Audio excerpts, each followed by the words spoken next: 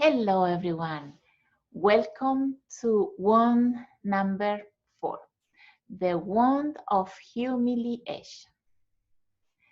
This is a series of programs that I'm doing based on a book called The 5 Wounds that Don't Allow to Be Yourself.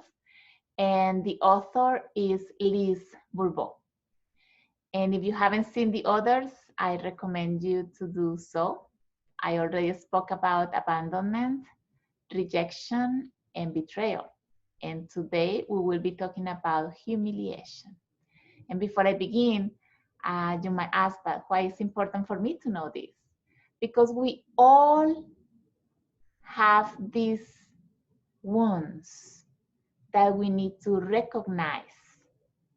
Otherwise, those emotional emptinesses, we are going to be looking in other people to fulfill. And we felt this in our childhood, and it's more related to our parents.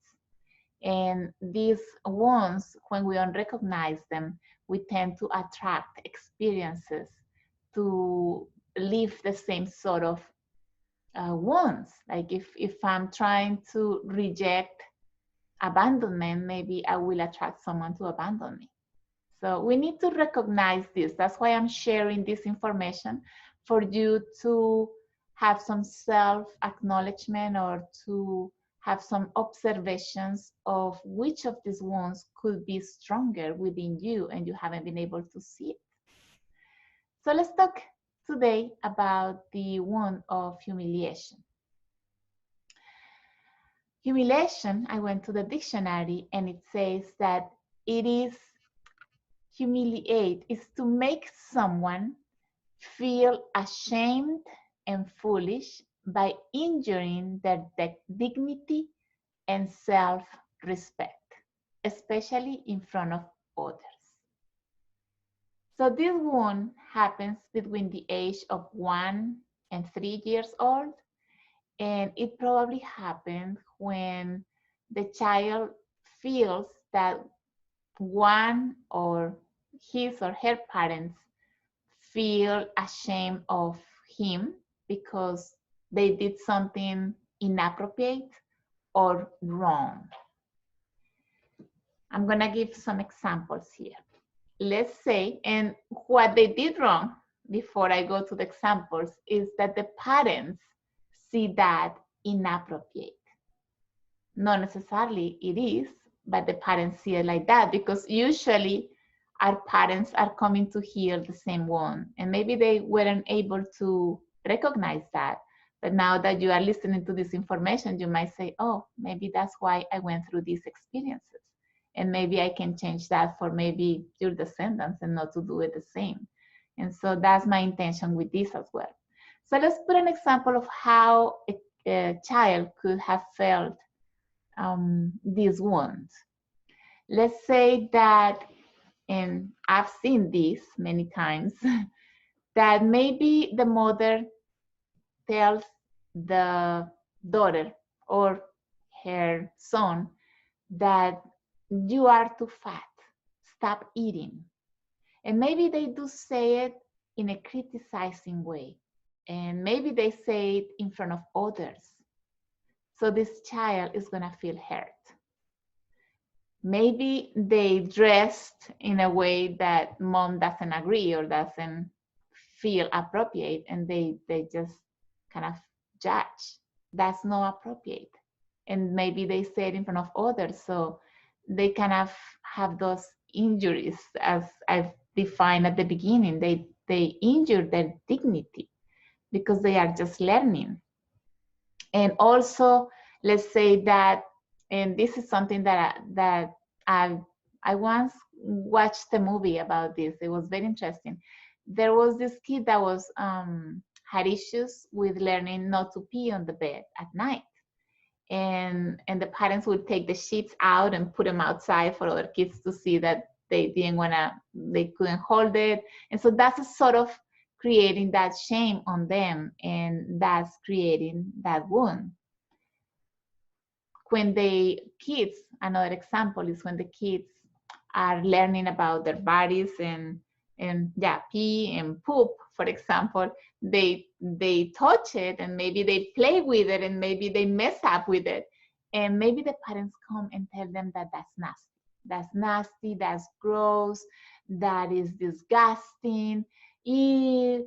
And all of these words make this child feel like I should be ashamed of myself because I'm not okay. That's not natural. And what is natural becomes a shame. And that's going to create eventually more issues in these children as adults. They might have problems, especially with their sexuality. And I'm going to talk a little bit more when I develop the information, when I talk about when they are adults. Another example could be that maybe the kid see any of the parents maybe getting naked or without clothes and they hide their bodies. So maybe this kid learns that you should feel shame of your own body because it's not good to show it. So all of these little situations, experiences can create this in a child. And maybe that's the one that that child came to heal because their parents couldn't heal it as well. And we all have one, so, or two. So just, we got disconnected, but we are back to be connected again. Let's continue. So usually what happens here, this one especially happens with the parent that is in charge of raising this kid. If it usually is mom, but this mother tends to be very judgmental and maybe controlling, very controlling, and criticize a lot. Because there are loving ways to teach kids, but this mother, since she maybe has the same wound, doesn't know how to say it and creates these sort of wounds in the kids. That's all unconscious, not that the mother wants to do it, but because it is unconscious and maybe she was taught the same way, maybe that's what she's doing now. So we need to have the compassion to understand that here we are not judging. We are just giving these observations on how it was that happened and why it happened. And it could be also the father if it is the person who is maybe raising the kid, teaching him or her how to dress, how to eat properly, how to do this. And the way they teach it maybe is more of criticizing or controlling, too controlling, or don't allow them to express themselves. So this person usually feels a lot of guilt and shame. They feel or they consider that they don't do things right because they have heard most of their lives like, you're wrong, that's not the way, you should do it this way. So it's like a sort of, you're not okay. And actually, I'm going to recommend you this book. It's called I'm Okay, You're Okay. That can also help you a lot understanding a lot of our psychology. But yes, if the kid says, I'm not okay, my mom is okay. And then they feel guilt of not doing things right.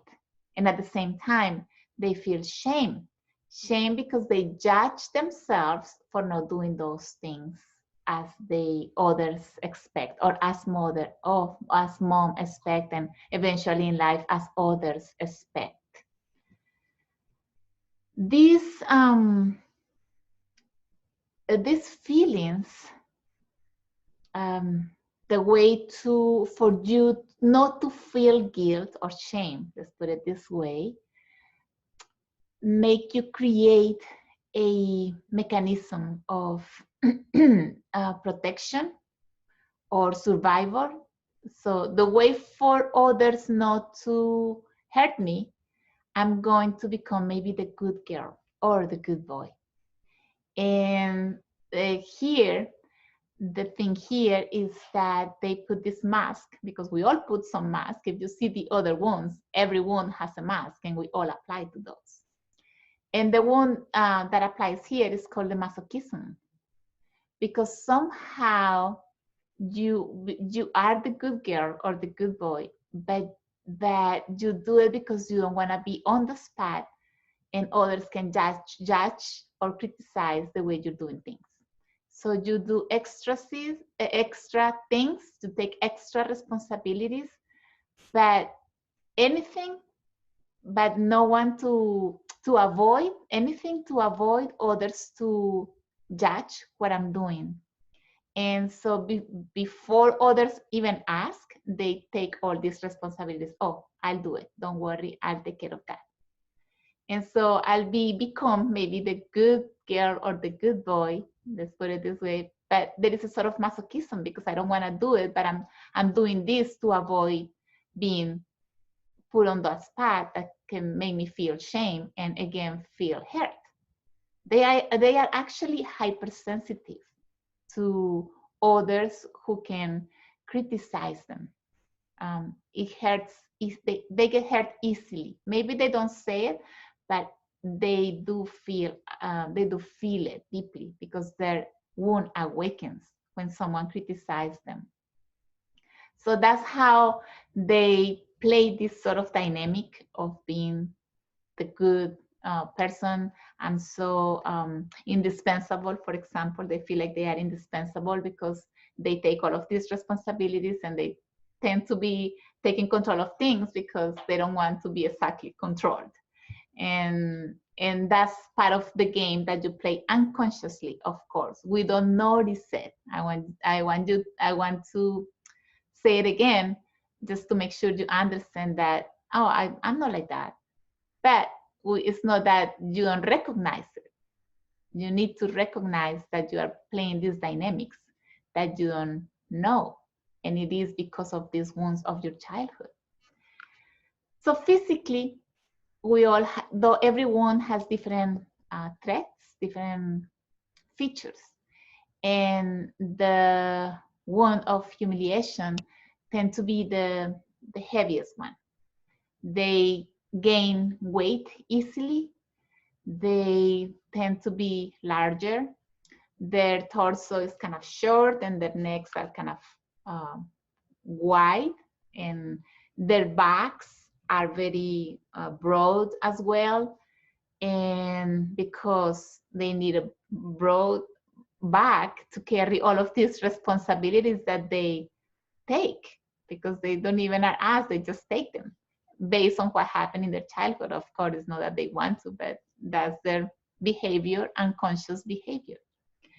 They also have round face and big eyes. That's kind of some of the main features, traits that this one shows in the body. They also have a tendency to move slowly than the other ones. Okay, when or why, let's put it this way, why this one can happen? Yes, I just mentioned that maybe the parents or maybe the mother has the same one, but also this mother, since for them, or for the mother who has the same one, the appearance is very important. So they want their kids to look good, clean, neat, and to behave good. They don't accept other possibilities. And they actually kind of control not only the kids, but also the husband and everything. It's like they want to look in front of others like this is a very well behaved and appropriate family. Let's put it this way. And when a kid learns that the only way for mom not to criticize me is to behave the way she wants, then the kid does that. Learns to do things as mom tell me to do. still mom is a burden, but I will do it that way. So eventually it is hard for them to express their needs, because what they could express could be shame on mom, or shame on others, and put me on the spot and maybe in front of others, and I don't want to go through the same wound. I don't want to feel hurt, so I just don't express my needs. And that is something that eventually is going to have some other effects, and I will talk about that when I get to these kids when they become adults. These parents, since they want to have this well-behaved family, they tell their kids maybe not to talk about embarrassing things. And these kids are learning to not to say it, because that's a shame. I don't want to talk about my uncle who is drunk or ended up in jail, for example. That would be terrible for these parents if this kid shares that, for example. And so they just want to make others happy. That's what they learn. I'm gonna make others happy, and so I will be fine. And their desires then don't matter. I don't care what I want, but as long as I'm not in that spot, I'm gonna make everybody happy, just not to disgust anybody, especially my mother, because it all began with mom, and then eventually when you go outside and as an adult, you do it with others as well, because it became a pattern. And this is a pattern. It became, maybe the mother hasn't healed that, so the daughter is doing the same, or the son is doing the same. They tend to they want to be useful, they want to be helpful, but behind that helpfulness is that masochism.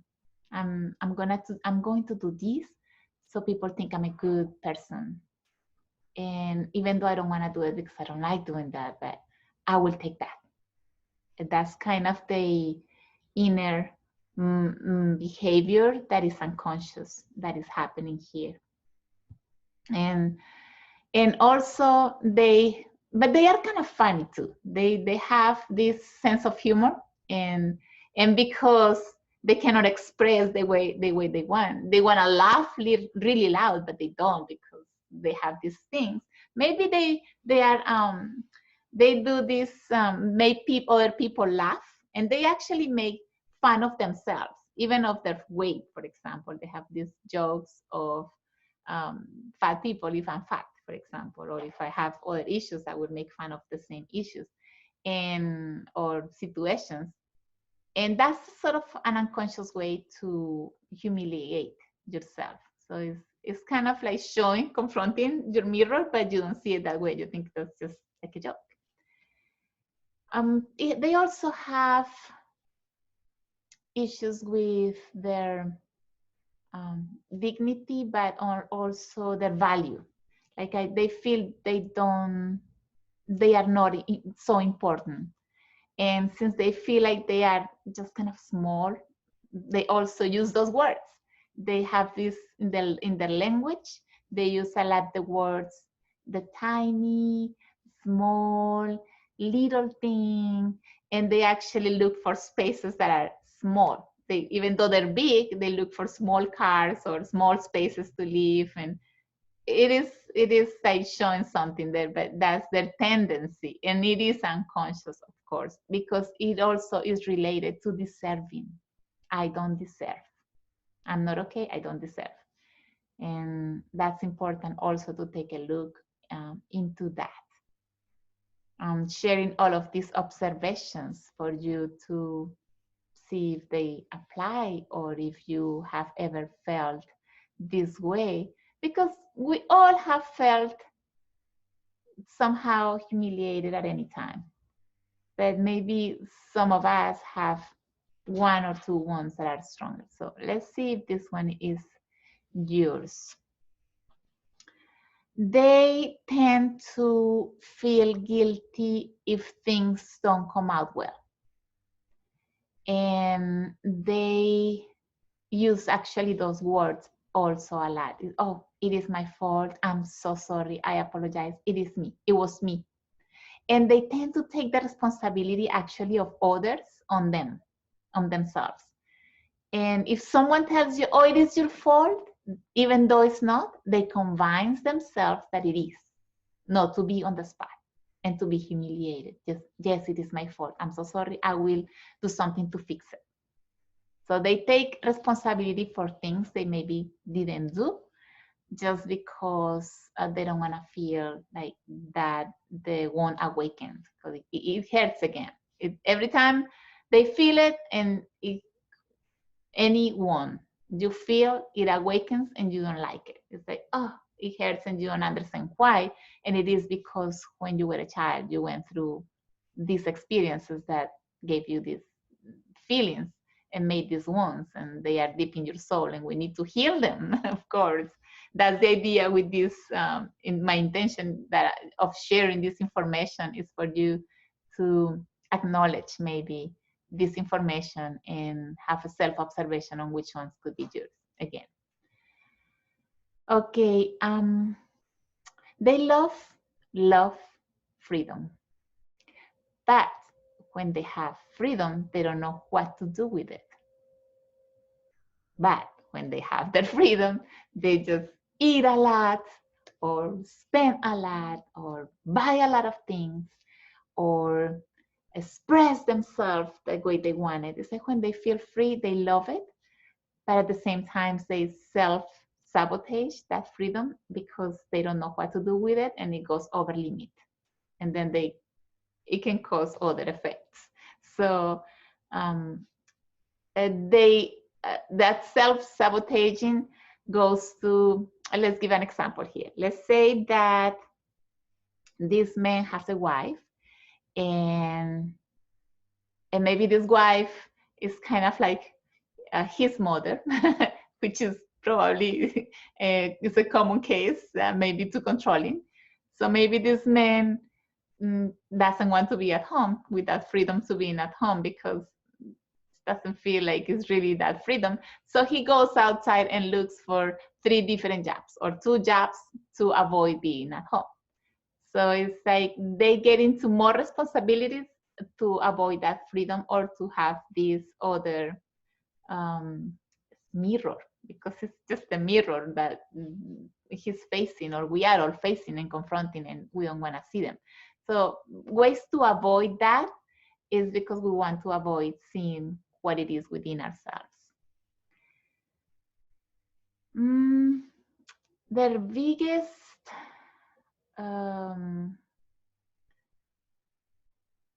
sense of doing is that they are very responsible.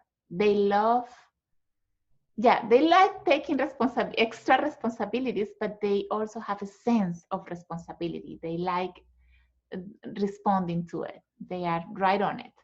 So they are very, if you need to hire someone to do certain things, sure enough, they are good at taking responsibility and fulfilling. They also like to dress elegant. They like, and a little bit too tight, like the clothes are a little bit too tight, but they like looking elegant. They like looking well, because of course they learn the appearance is important as children, so they like looking good in front of others. When they are adults, they try to avoid these experiences where they can feel, again, humiliated or shame. And what we resist is what we attract. So maybe this woman has a husband who likes drinking a lot and making shows in front of everybody, and maybe that's something that she feels shame of. But that's the sort of husband she attracted because she has a wound to heal. So it's not him, but it's her. That's what I'm trying to tell you here. Or maybe they go out and maybe he likes flirting with other women, and that she kind of feels humiliated. So that the one is speaking, The wound is always speaking. It's just showing in front of you for you to confront it and say, oh, you are within me, to integrate it. Once we integrate it, we can liberate it. That's very important. Well, they don't like, of course, to be criticized, but they have a tendency to criticize others. They have the tendency to say, oh, how dirty that is, or that is grotesque, or that smells bad, or they speak so bad, or their behavior, the bad behavior. They criticize maybe what when they were kids also were taught. So they don't like being criticized, but they somehow criticize as well. They also have this thing of not feeling that they deserve. And they don't deserve, for example, pleasure. Pleasure is something that they deny. They don't feel like they can be recognized. And this is important to see here because this can cause a lot of issues, especially in their sexuality. They have difficulties feeling comfortable with their sexuality. And the thing here, because of course they feel that sex is a sin, that it is dirty, and just like when mom told them about, you know, when they were getting maybe potty trained, or they did this with the pee or the poop, and so they feel like those needs is also dirty, and they feel like it is a sin, and they don't feel comfortable, but they have an other side that they like it. It is the one that likes the most. Like they really want it. They have a lot of desire, but they don't say it because they weren't allowed to express their needs.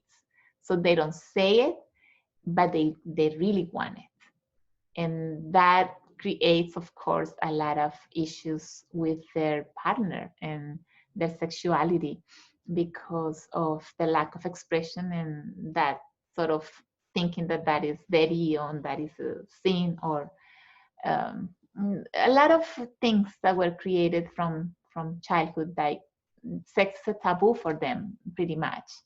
And they don't want to feel like it's embarrassing. Certain things are embarrassing, especially when they are going from childhood to adolescence, for example. They feel like that's embarrassing. And like, for example, women, to avoid being seen, maybe they start like getting bigger, or they cover them, like they put like big shirts, for example, so they avoid showing the curves or the body. So that's the way to avoid others to see them, even though they want to be seen, to be recognized, and also be seen, desired. It's like a double face, like I don't want them, but I do want that, you know. And men also, there are many issues that can happen here, especially when the boys start, for example, masturbating, and maybe the mother finds them and tell them that that is gross or nasty or whatever, and not natural. Then that also can create more problems with these kids. Eventually, they can have sexual issues with delays or too fast on ejaculation. Those are the consequences of those type of things.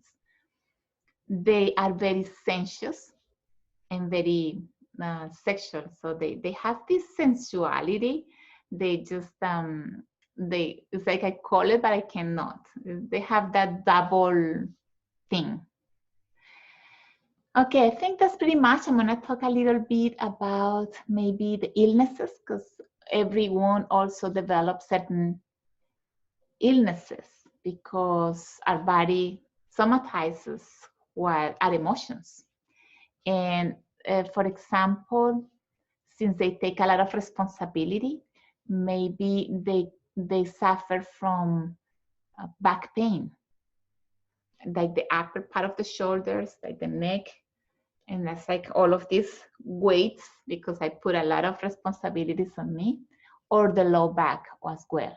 They both, all of these burdens is all like burdens. Also the liver, because the liver is like they worry too much for others, but they also have all of these repressions and also that anger. And maybe that hasn't been able to be released, and that can create liver problems. Another issue that they can have could be with their throats, because they don't say what they want. It's hard for them to ask for what they want. Also the thyroid, because they don't recognize their needs. They don't even recognize their needs, and of course they don't express those desires, and that can cause them a lot of issues with the thyroid. So every part of the body is just speaking. We need to learn how to listen to what it is and what is connected to. It could be connected or related to one of those wounds. Okay, so I think that's pretty much it, all I wanted to share today. And I hope you get to have, or you had good observations from this one. We all have them anyways. And I invite you to see the other 3 wounds: rejection, abandonment, and betrayal. And next time I will be talking about injustice. If you like this information, you can just give it a like here. And if you think that maybe someone is having this sort of wounds and haven't been able to see it in themselves, maybe you can share this information. I will appreciate it. And if you haven't subscribed yet, maybe this is the right moment. Click here. And I'll see you next time around. Before I go, I'm going to invite you to, of course, why am I going to all of this? I am a facilitator. I do therapies. And these therapies are called family and systemic constellations. And they actually are a tool or a possibility to transcend those wounds from our past, those repressions, those sadness from our childhood, and also from our ancestors. Because see, what they couldn't resolve back then, someone is living today, and it could be you.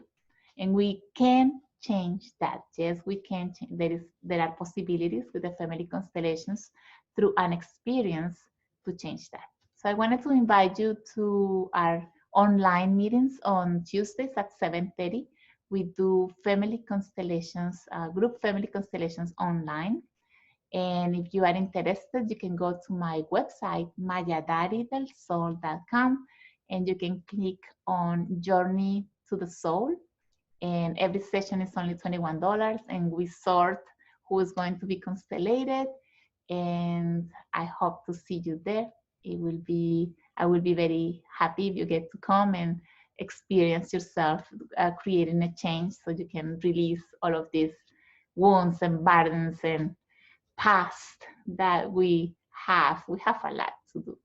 So at least if we do step by step, we can get ourselves free of this and integrate and release and liberate and transcend, so we can finally move on towards what we want to accomplish in life.